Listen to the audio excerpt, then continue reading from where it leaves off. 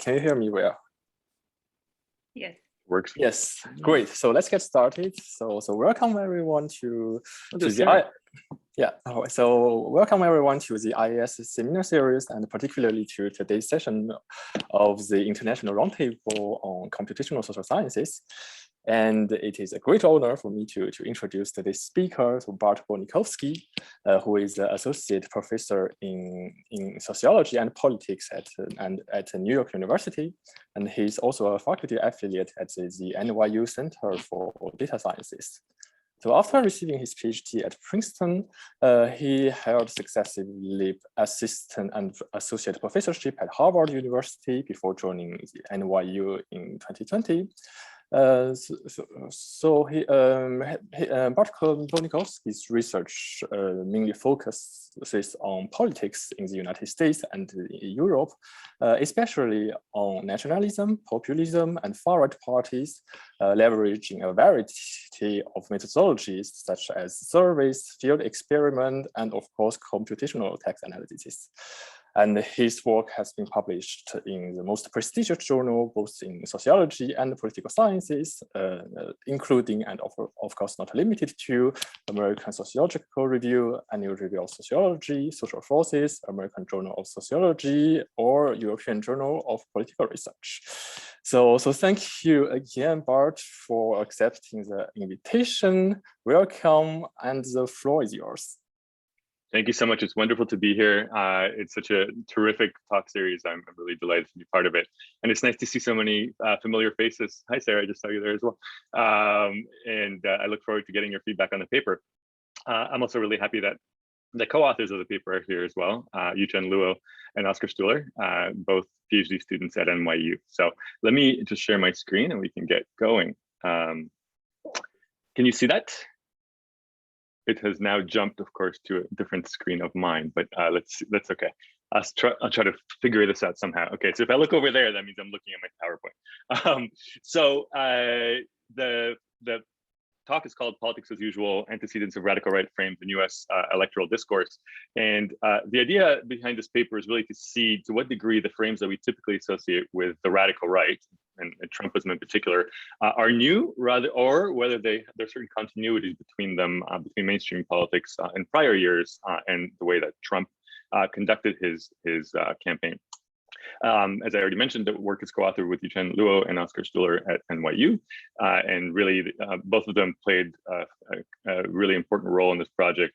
We're true collaborators. And some of the methods I'm showing you today, I wouldn't be showing them to you if it weren't for the two of them. And in particular, we use Bart, which Oscar brought to the table, and it's really, really useful in this application. The other thing is a brief caveat. The paper is odd in a way that it tries to do two things at once. It tries to make a methodological contribution by showcasing the power of neural language models, but it also makes a substantive contribution along the lines I already hinted at. And the reason for that is that it's actually part of a special issue of sociological methods and research that focuses on applied text analysis. And the idea behind the issue that I'm co-editing with Laura Nelson is to show that text analysis can be used for important social science questions, and it's not just sort of methodological fireworks for their own sake. And so all the papers in the special issue have a kind of a core substantive question they're trying to answer with innovative methods. So hopefully we strike that balance reasonably well. So the broader project that this is part of, I'll just tell you a little bit about. I'll try to keep this brief, but it's a project that tries to explain, put together a cultural explanation for the rise of the radical right in Europe and the United States, and focuses both on the supply and demand side of politics, on the attitudes and beliefs of voters, of radical right supporters, as well as the kinds of political claims that radical right elites make. And it also pays attention to contextual structural changes that make pre-existing claims and pre-existing attitudes resonate in new ways in the current historical moment. The thrust of the broader project is to allow for multi-causal explanations across different countries, so that, you know, in one country maybe it's economic grievances that are primary for driving the radical right. In another country, maybe demographic grievances. But what's common across the cases, I argue, are the mechanisms that make radical right claims resonate in a given moment. And so because of that, because it's kind of a comparative cross-national project, the idea really is for it to be sensitive to both case specificity and overarching trends that travel across cases. And so, today I'll be focusing on the United States, but the general ideas that I'll be talking about should apply with important tweaks across different countries. So the model overall, and again, this is just purely background for now, is that the radical right consists of three distinct elements. And this is something that goes back to Kasmuda and many others, Matthias Rudown and others. And the three elements exist both on the supply and demand side, both in political claims and in attitudes and beliefs. So the first one is populism, which you all probably know a lot about, the idea that politics is kind of anti-elite politics that vilifies elites as morally corrupt and glorifies the people, and basically sees the interest of the two as irreconcilable. The second component is nationalism. Some call it nativism. I want to be clear that in the way that I think about it, the way we think about this in the paper, nationalism is really a multidimensional phenomenon. It's a way of understanding the nation. Sarah Valdez has done some work on this as well, and many others, where it's not just about inclusion and exclusion. That's certainly important, but it's also about degrees of pride, domain-specific pride or general pride in the nation. It's also about chauvinism and how people compare their nation to the rest of the world. And so these conceptions of national boundaries, of pride, of chauvinism, cohere into overarching kind of beliefs about what the nation means. And I've done a bunch of work on this in the past. And the third component is authoritarianism. For most part, this is about governance practices once radical right parties are in power, but also it's often signaled and telegraphed in discourse. And this is really about running roughshod over democratic norms and institutions in order to achieve the goals of the people, often about kind of returning the nation to its past glory that may be valued the white majority, for example, in a way that maybe people feel that it doesn't anymore, right? So it's these three components, populism, nationalism, and authoritarianism, that matter together. And in the past, I've argued that it's really the nationalism part that's really important. There are these existing cleavages in the population that get activated at certain moments, in the right moments, which I'll talk about in a second. But I've also suggested that actually most of the claims and the attitudes have been around for a long time, and aggregate attitudinal trends are not really where the action is. What is changing over time that can help us explain, variation now, the current moment, is a shifting discursive mix. That is, although presumably populism, nationalism, authoritarianism are not new in claims making, which is kind of what we're going to show you, the way in which they've been used by the radical right may be different. They may mix these pieces in different ways. The sorting of beliefs across parties plays out in a variety of ways. That sort of underneath what may be aggregate stability, there's kind of bubbling reconfiguration of beliefs. Old identities like labor union identities may erode and be replaced with the importance of nationalism, for instance. And then there are all these kind of shifting contextual conditions that make old claims, old attitudes resonate in new ways. And all of that leads to the rise of the radical right, which has all kinds of nefarious consequences for liberal democracy that we can talk about in the Q&A. But the talk today is about one piece of this. It's about the shifting discursive mix among parties. And the question is, how much is it shifting and in what ways, using the case of the United States? So if I were to tie this all together into one kind of neat bundle, this is roughly what the overall model looks like, and I'll show you which part of it we're focusing on today. So you've got the supply side of politics, claims making on the top, demand side of politics, attitudes on the bottom. On both sides, there's nationalism, populism, and authoritarianism, both in discourse and in attitudes. For most part, there's a lot of stability over time on both the supply and demand side, but as I mentioned, underneath that aggregate stability, there's stuff happening. These frames get recombined in new ways. Some are emphasized more than others. They get fused. I've got some work on that, where maybe populism stands in for nationalism in some ways. On the attitudinal side, you've got partisan sorting, erosion of identities, and so forth, as I mentioned. And then there's all this structural stuff that's happening. There are all kinds of shocks and changes, demographic changes, cultural changes, economic changes that are giving people a sense of anxiety. When I say people, typically it's the ethnocultural majorities in European, US countries.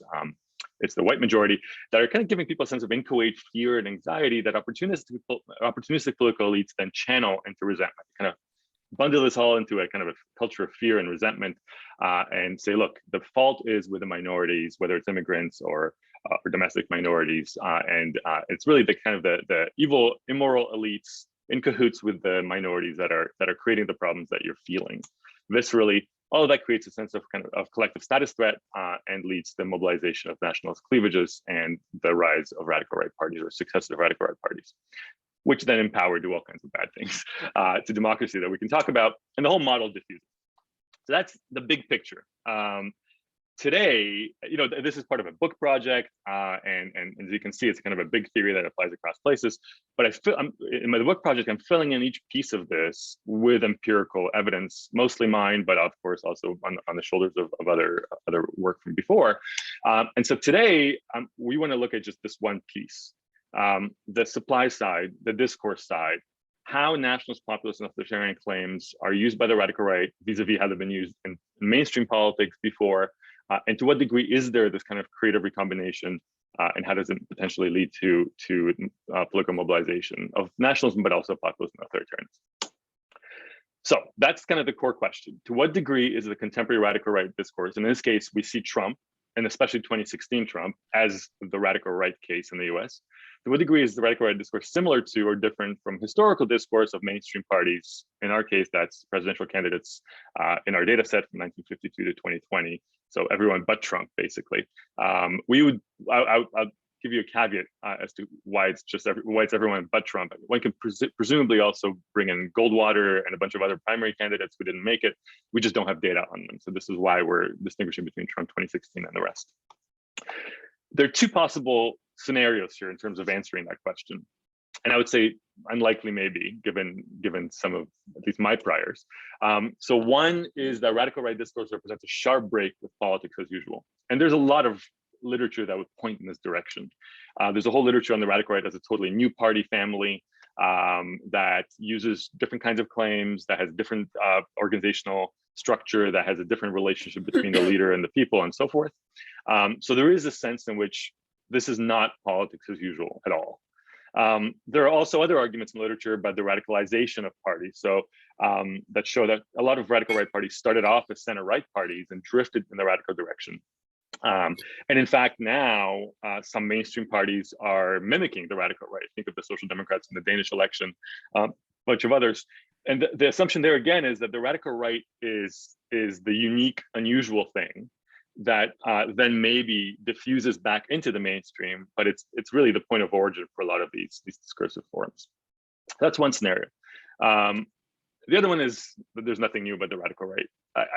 This is more, you find this a little bit sometimes in provocative op-eds or something. But it's I guess plausible argument that this is just more of the same. And a lot of people say, look, Trump didn't create any of this. The Republicans have been doing this kind of thing for a long, long time.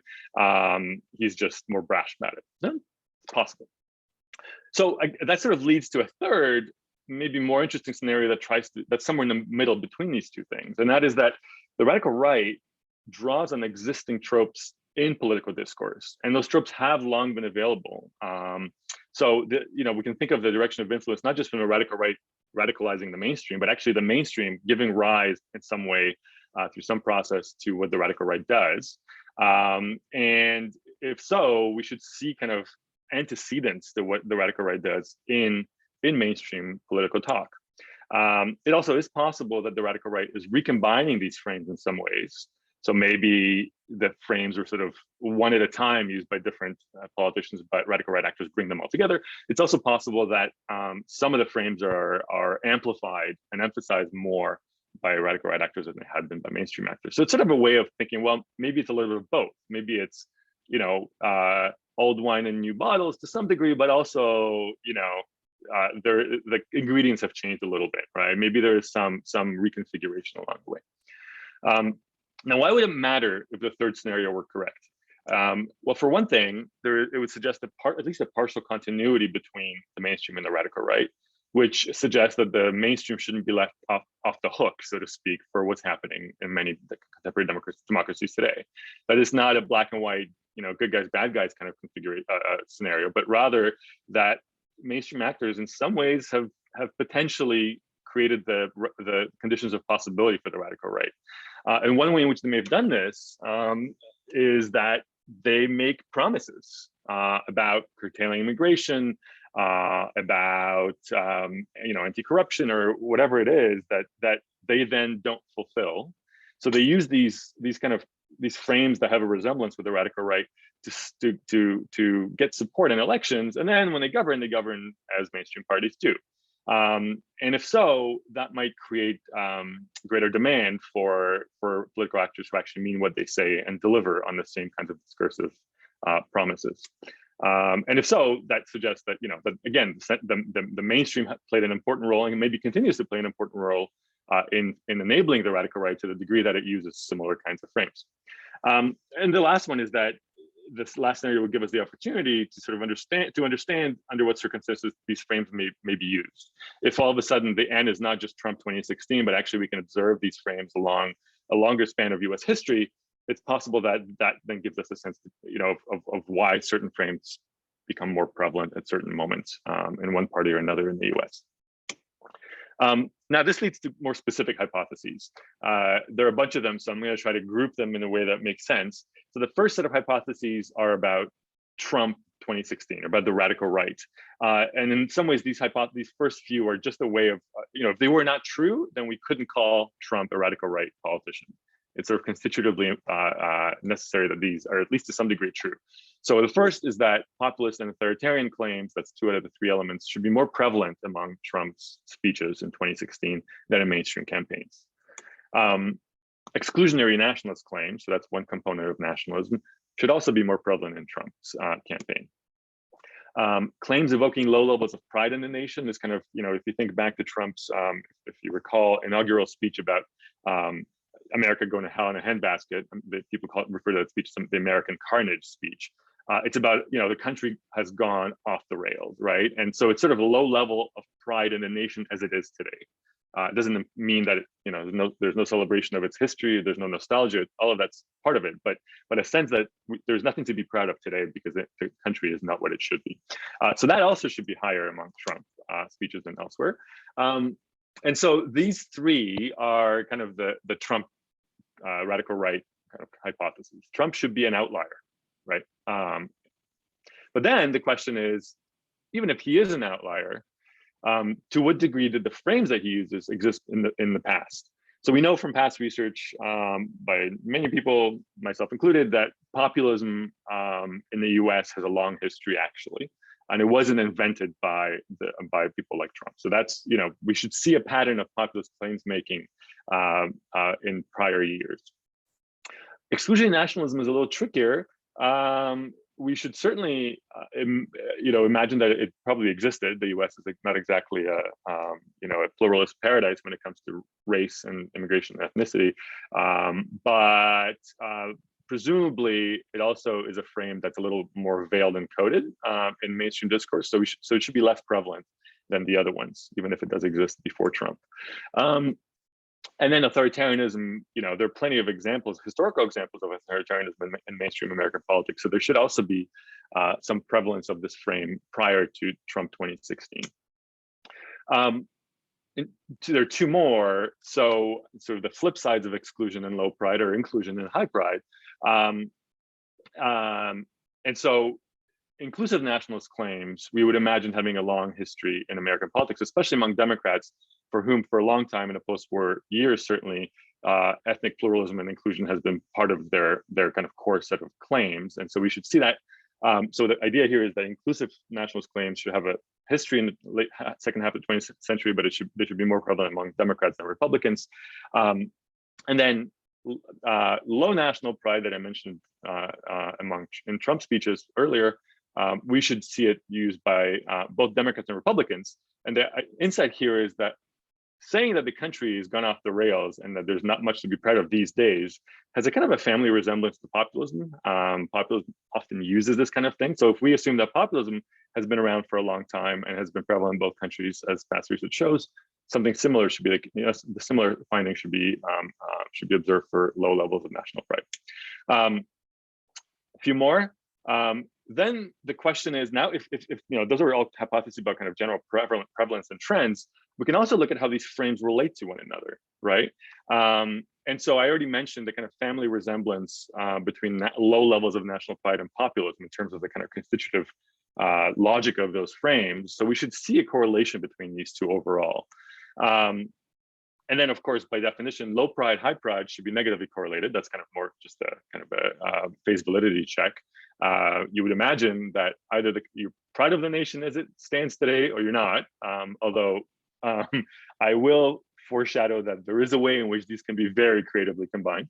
And then we assume that authoritarianism would often be a kind of a veiled way of doing exclusion.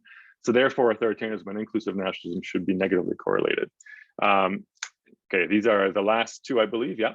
The final set of questions is not just what are the trends, how are these frames correlated with one another, but under what circumstances might politicians rely on one frame or another? And so we have just two here because those are the only ones about which we have pretty strong expectations. So the first one is that past research suggests that populism is a strategy of challengers rather than incumbents, because it's a way of critiquing the establishment. So if you're in the establishment, those claims kind of don't resonate as well. And so low national pride and populism, which we assume to be correlated, should both be more frequently used by challenger candidates among mainstream parties than by incumbents, and the opposite for high national pride. So those are kind of, we try to set out things that we have reasonably strong expectations about, and then the rest is sort of to be determined. But the big question, and the one that has to do with the kind of the methods aspect of this paper, is how can we test these hypotheses? So the answer is using a large textual corpus. That's the easy part, and computational methods. But which ones? That's the hard part. So these corpora of political speeches in the U.S. In U.S. presidential elections have been around for a long time and have been analyzed in a variety of ways. But many of those existing methods have all kinds of problems, and those existing methods are kind of the problem with them has to do with the core attributes of these frames. They're rare in the sense that they're, out of all the ways of talking, although they're very important, they don't occur that frequently in any given speech, right? They account for, somewhere less than 10%, let's say, of speeches, and certainly less than 10% of paragraphs within speeches. So they're relatively infrequently occurring. They're polysemous, that is, the same frame can mean populism, or the same set of words can mean populism in one context and not in another. The same frame can also be indexed by very different kinds of semantic structures. And there's a lot of variation that's non-randomly distributed across candidates. So candidates have their own idiosyncratic ways of talking. There are all kinds of period effects in any given data series of this sort, where specific events may shape how the language looks. And so these are really difficult challenges to overcome. And so let's see how they've been overcome in the past. Well, nationalism and authoritarianism hasn't really been measured with computational text analysis methods very much, but populism has. So in terms of how scholars have studied populism, the main approaches are really twofold. Hand coding, which typically, which is attentive to subtleties of language and richness of text, but of course is very difficult to scale up. So Kirk Hawkins and company in the Team Populism project have done a lot of this. And rather than casting a broad net at a lot of speeches, what they do is they pick a few speeches, but very strategically, right? And then they do deep reading of those. And then the other common method has been dictionary methods. You come up with a bunch of dictionary terms that supposedly index populism, and then you look for their occurrence in documents. But of course, we know that there are all kinds of problems with this. It's hard to know what the false negative rate is. It's hard to get the dictionary right. And of course, there's no attention to polysemy, right? So the same, a given word in your dictionary, you have to make the assumption that it always means the same thing across all kinds of documents, and we know that's just not true. I've used that in the past, and reasonably, it was reasonably helpful, but we certainly know I'm good run and are very well aware of the considerable problems with this approach at the same time. And then there are a bunch of unsupervised methods that haven't been reused for populism research very much, like topic models, but they're certainly popular for other questions. We can talk about why they're not a great method for this particular purpose. But there is this other option, and that is growing attention to supervised machine learning methods in this field, and I think in general in the social sciences. One exemplar from this year is a paper by Yao Dai and Alex Kustav, which uses supervised machine learning to study populism. It's a really good paper. why now? Why hasn't it been used before? I mean, machine learning has been around for a long time. It hasn't been very good at this task in the past. Noam and I tried it in 2015, 14, 15 when we were doing that paper that came out in 2016, and it just we did random forest, we did SVM, and it just didn't work well. I think for the exact reasons that I mentioned as challenges to these methods, but the methods have changed. So the fact that you can now feed embeddings into machine learning algorithms has certainly improved their performance. And as Dai and Kustov show, if you add active learning on top of the first stage of learning in ML, that can also improve model performance. So, so our interest in this paper is in supervised machine learning and its combination with embeddings, actually. I won't get into embeddings in much detail, but as many of you know, these are dense vector representations of words or of documents as well, and they have all kinds of really interesting properties. And one thing about them is that they really have been shown to improve downstream tasks in natural language processing in powerful ways. The meaning encoded in these dense vectors is really, really rich, and it's inherently relational, right? It's about how words are positioned vis-a-vis one another in vector space that gives them meaning, which is kind of in line with assumptions in cultural sociology about how meaning is structured in general. Now, you can do all kinds of things with embeddings models. And the first three figures here, first three sections of this panels of this figure show kind of traditional approaches. So the first one is actually not even embeddings, that's just a regular feature count vector, right? So one thing you could do, sort of like a dictionary based approach, is you could just see how often certain words appear in any given document. You've got a document term matrix as a result, and you can cluster and do all kinds of things. That's kind of the simplest, most naive way to go, but it has all kinds of problems that I've already hinted at. The next thing you could do is you can train embeddings locally. You can run word2vec or something on your corpus and essentially encode your terms in these dense vectors, and then manipulate those vectors. You can do all kinds of things with them, right? You can just kind of look at how they're arranged vis-a-vis one another vector space.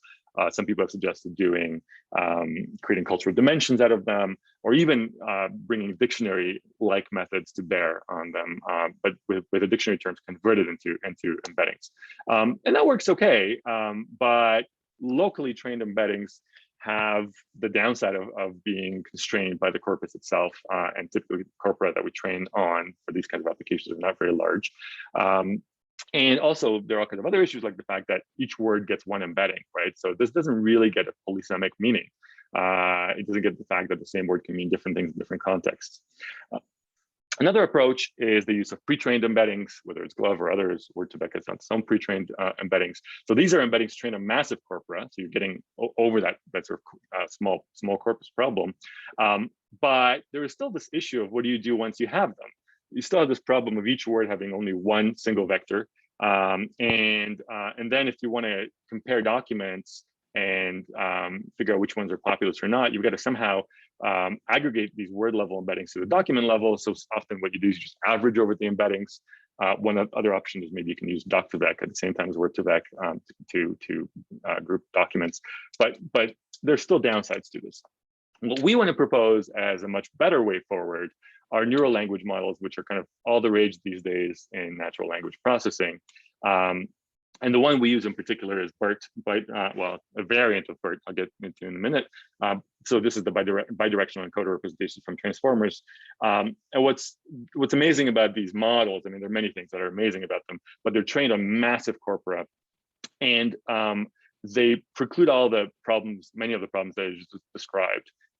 Because what you can do is you can take this massive pre-trained model, and via what's called transfer learning, fine-tune it to your own task by adding another layer on top of the existing model. In our case, it'd be a classification layer that would determine whether a document is populist or not, nationalist or not, or whatever.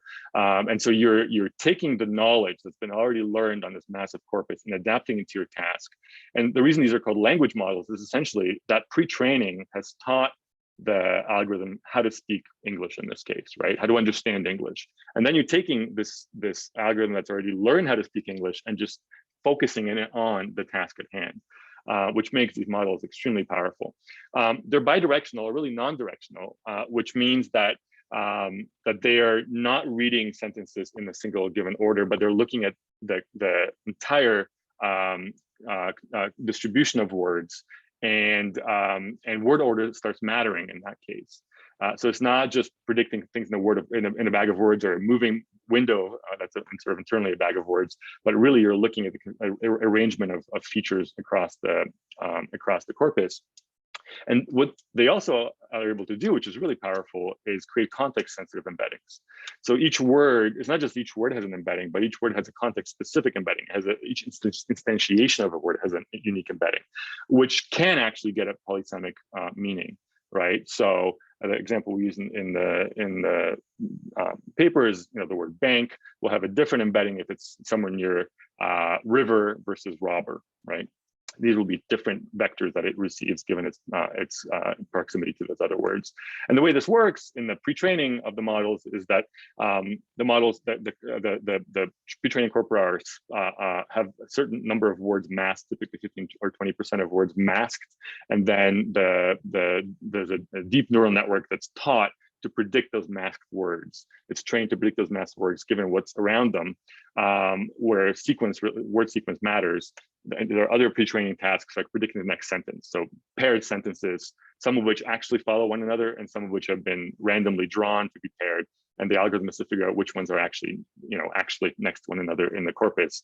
And so all of these pre-training tasks teach this neural network essentially how to understand the English language as it's contained in the training corpus.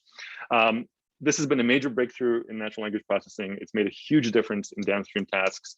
It was developed by Google and not surprisingly featured in Google searches. Initially 10% of Google search was using BERT. Now it's much more, and it's just really changed the game in NLP. We use a variant of this model called Roberta, which is a robustly optimized BERT. It's a similar logic, but a much bigger corpus, more elaborate pre-training tasks, and just a more complex model that in past literature has shown to be even better than kind of vanilla BERT at downstream tasks. And so what we do is we take this model, again, that's already learned the English language, as it's contained in these corpora, and we add this additional layer that is fine-tuned to our corpus and to our particular task, which is classifying these frames.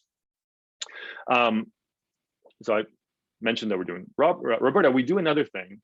After we do this fine-tuning, that is, after we add this classification layer that helps us identify these frames, we also combine this with active learning.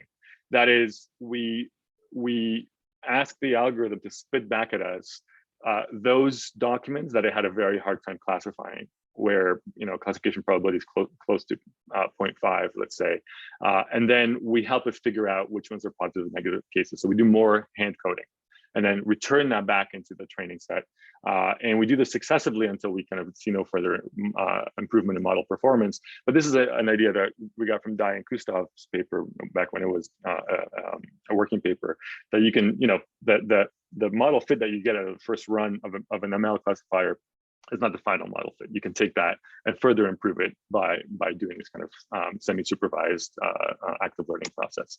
And then to evaluate model fit, we look at the area under the curve, precision recall area under the curve, which is less sensitive to the distribution of the classes, unequal distribution of classes than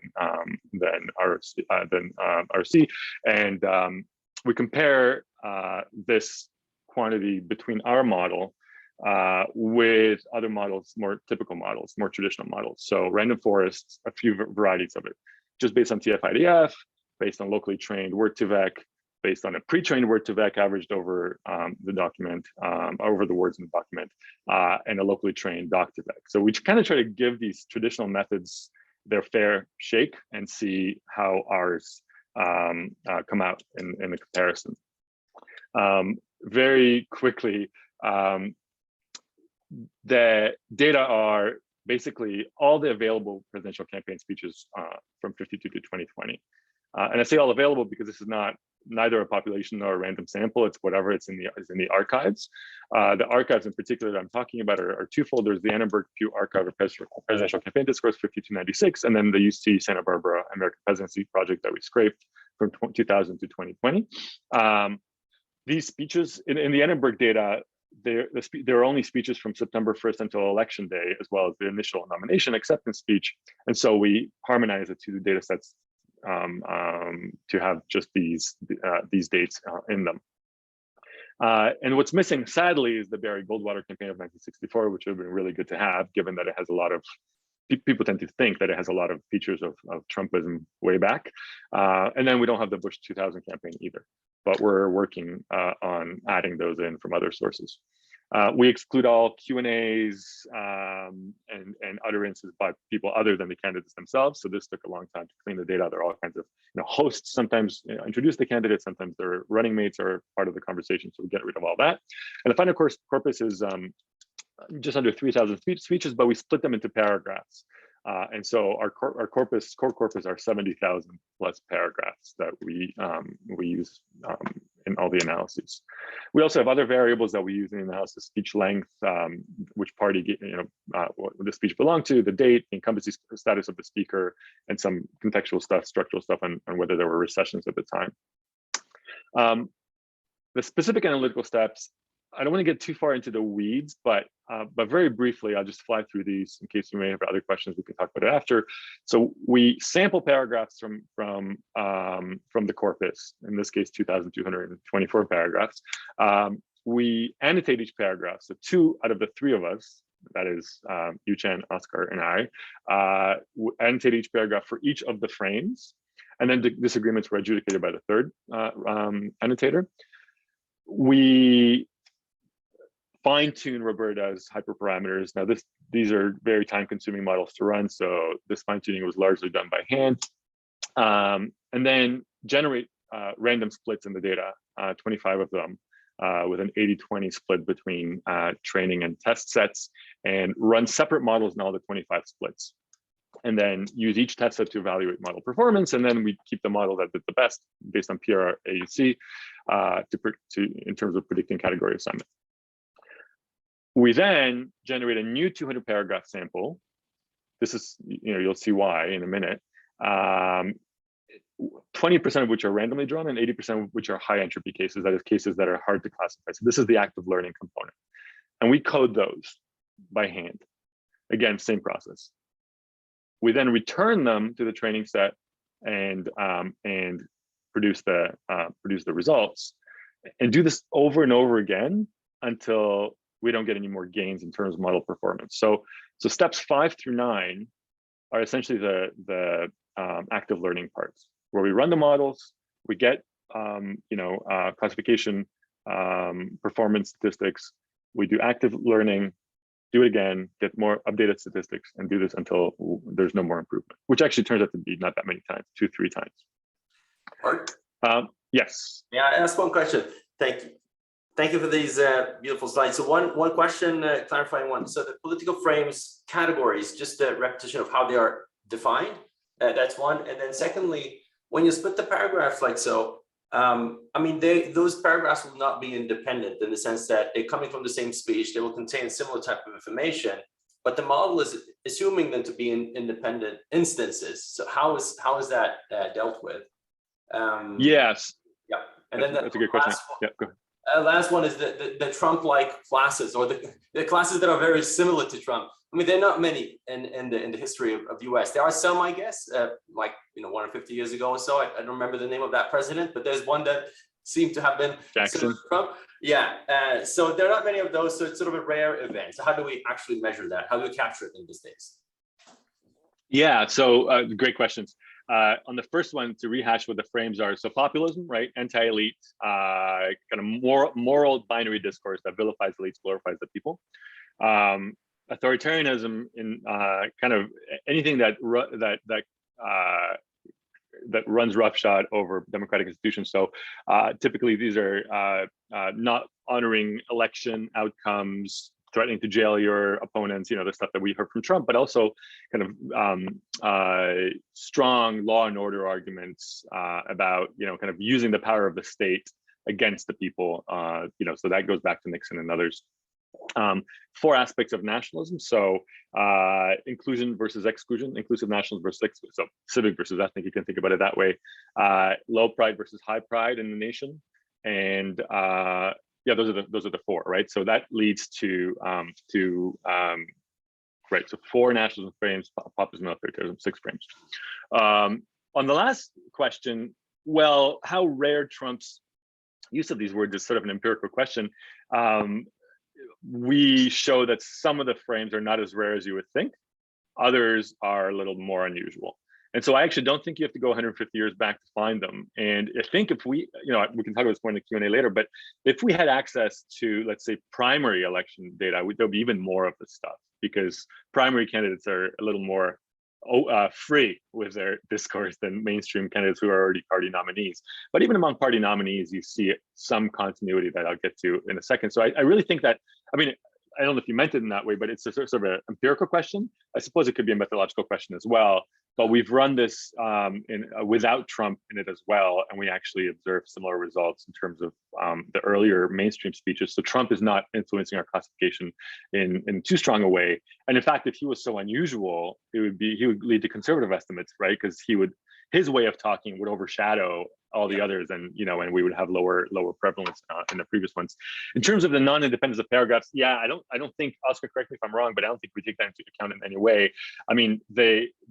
The one way you could do all kinds of things. You can build in the kind of a multi-level model where the speaker or the speeches are built into the model. You could, there are ways in which you can also sample, do stratified sampling. I don't think that we took that into account in any direct way, right, Oscar, in the training of the model? No, but also I don't quite see, and please correct me if I'm wrong, I don't see it being an issue for the training aspect. I don't see how non-independence would be a problem in any way for that. Obviously, it does become an issue later on when we try to run analysis on the, not just try to, when we run analysis on the annotated corpus. The effect would be basically that, if you have a presidential candidate that is leaning towards one of those frames, so basically most of those paragraphs would then be in that frame. So yes, so okay, so I guess I understand better now. Yes, I think so.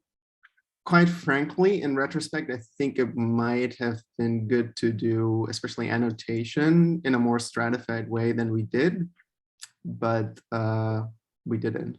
So. Yeah, I'd be interested, Adele, if you have any ideas about how to do sensitivity analysis around that, I guess, to see just how much of an issue that is. Yeah. One way to do this, is to check, you still have enough samples. What is it, 2,000 something speeches to run on the document level, on the speech level. But then you have multiple speeches of the same president, I guess, right?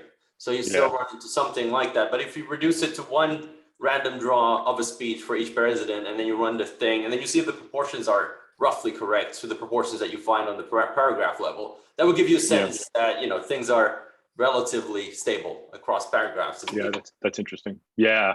There's another question. I don't want to belabor this, but there's another question about how different are speeches within candidate.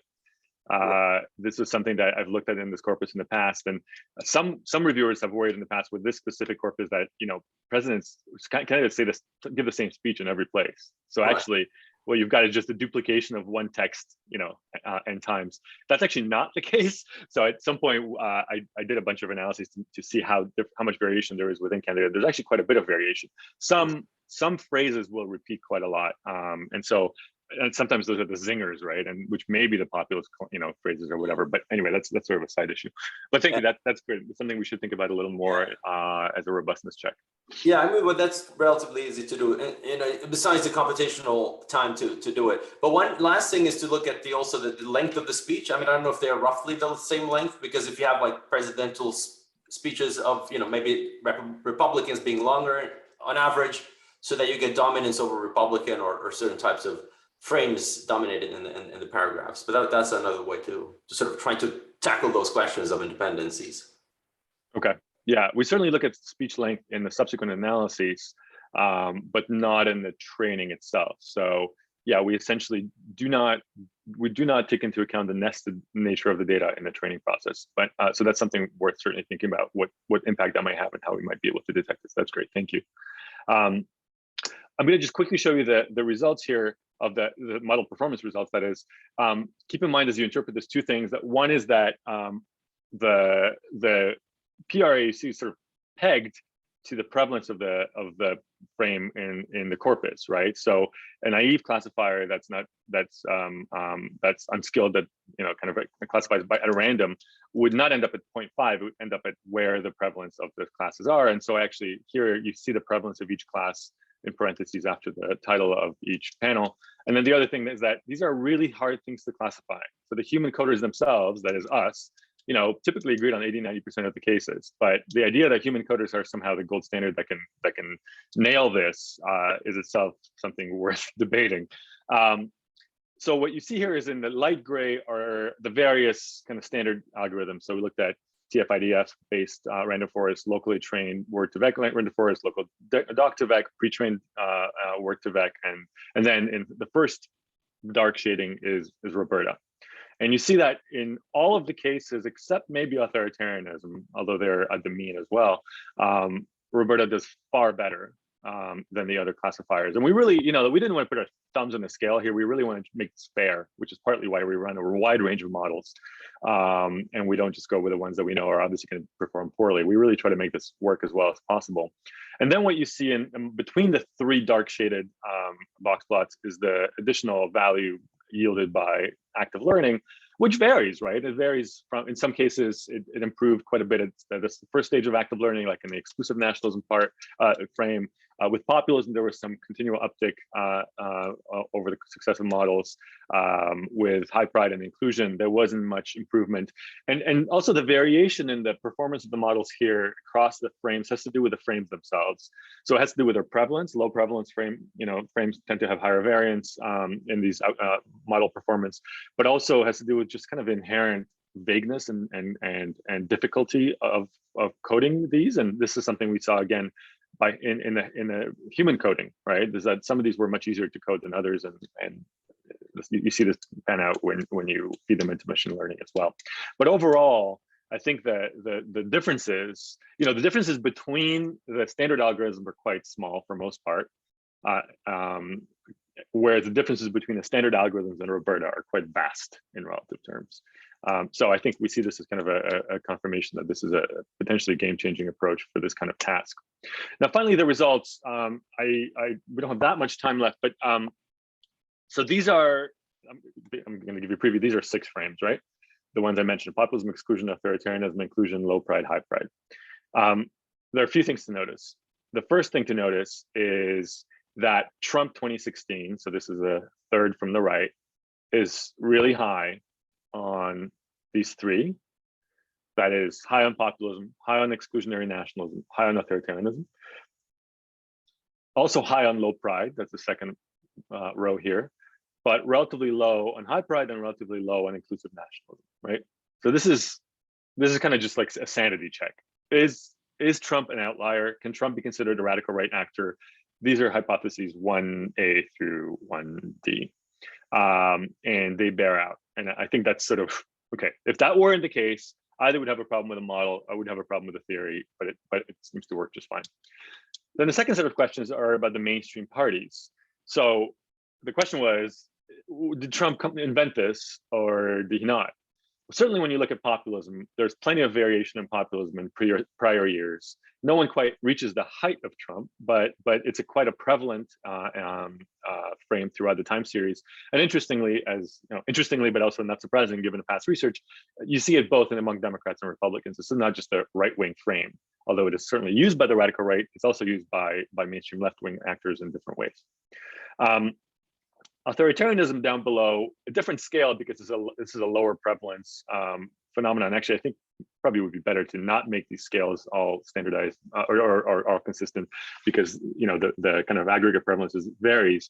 But if you look closely, Trump is the highest on both 16 and 20, but well, in 16 actually, but there's plenty of precedents for authoritarian claims in the past. Bush Sr., Nixon, Dole, even some Democratic candidates engaged in this form of talk. Some version of, to get the nation where it needs to be, we've got to do what it takes, even if that means curtailing democratic norms and institutions in some way. So Trump certainly championed this, but it wasn't his frame alone. I'm going to come back to exclusion in a second. For all three other frames, you also see quite a bit of variation over time across both parties. There's some interesting features here. I won't get into too much detail, maybe except for the fact that for some of the frames, there's kind of a zero-sum relationship between the two parties in any given election. You see that with low pride and high pride. When one goes low, the other goes high, and vice versa. That's interesting. The punchline from these 3, 4, 5 frames is there is a precedent in mainstream talk for what Trump was doing, although he certainly turned up the volume. But we were wrong about one frame, and that's exclusion, exclusionary nationalism, ethnic nationalism.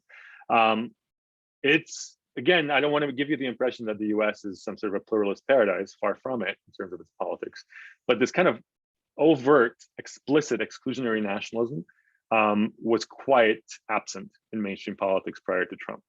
So if there is one thing that Trump innovated on in terms of creating something new, it was this, right?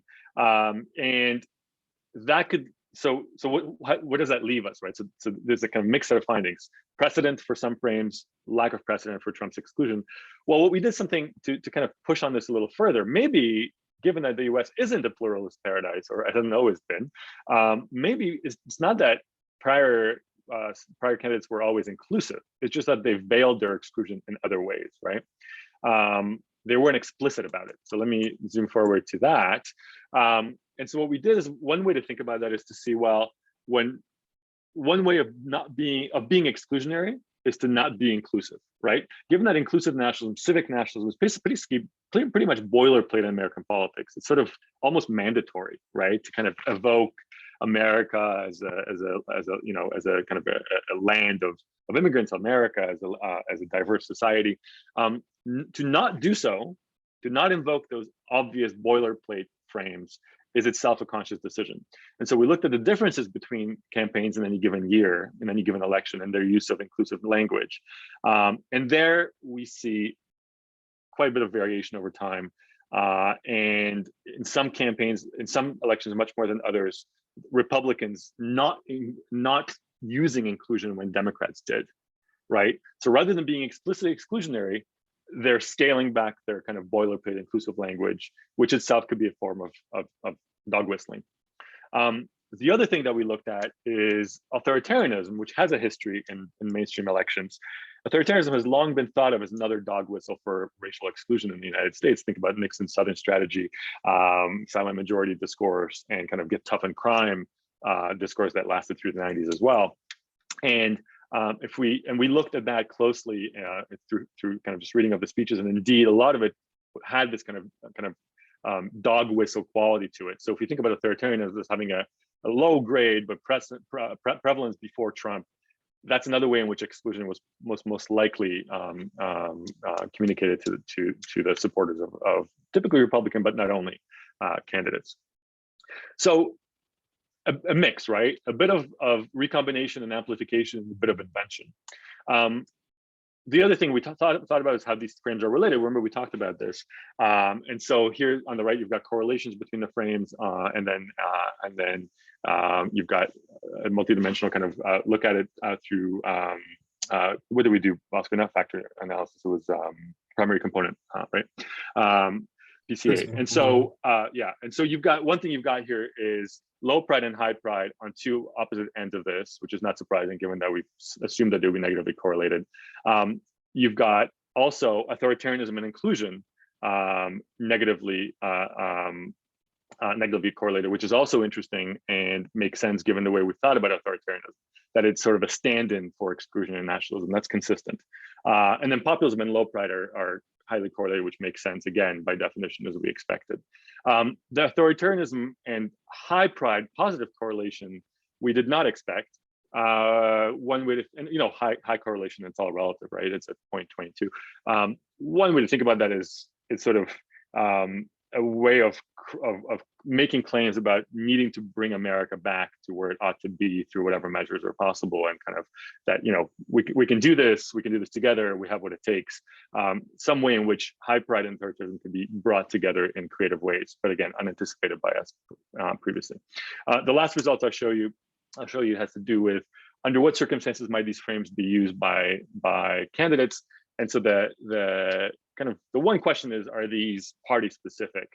And really, you saw in the kind of just descriptive trends that both parties rely on these some of the time, but nonetheless, this is patterned. So authoritarianism is more prevalent among Republicans. As Republicans are more likely to use authoritarianism than Democrats. Democrats are more likely to use inclusion than Republicans, and Republicans, interestingly, are also somewhat more likely to use high pride language than Democrats. So that's an interesting finding in its own right. And then we see some not much in terms of kind of the structural feature of recessions.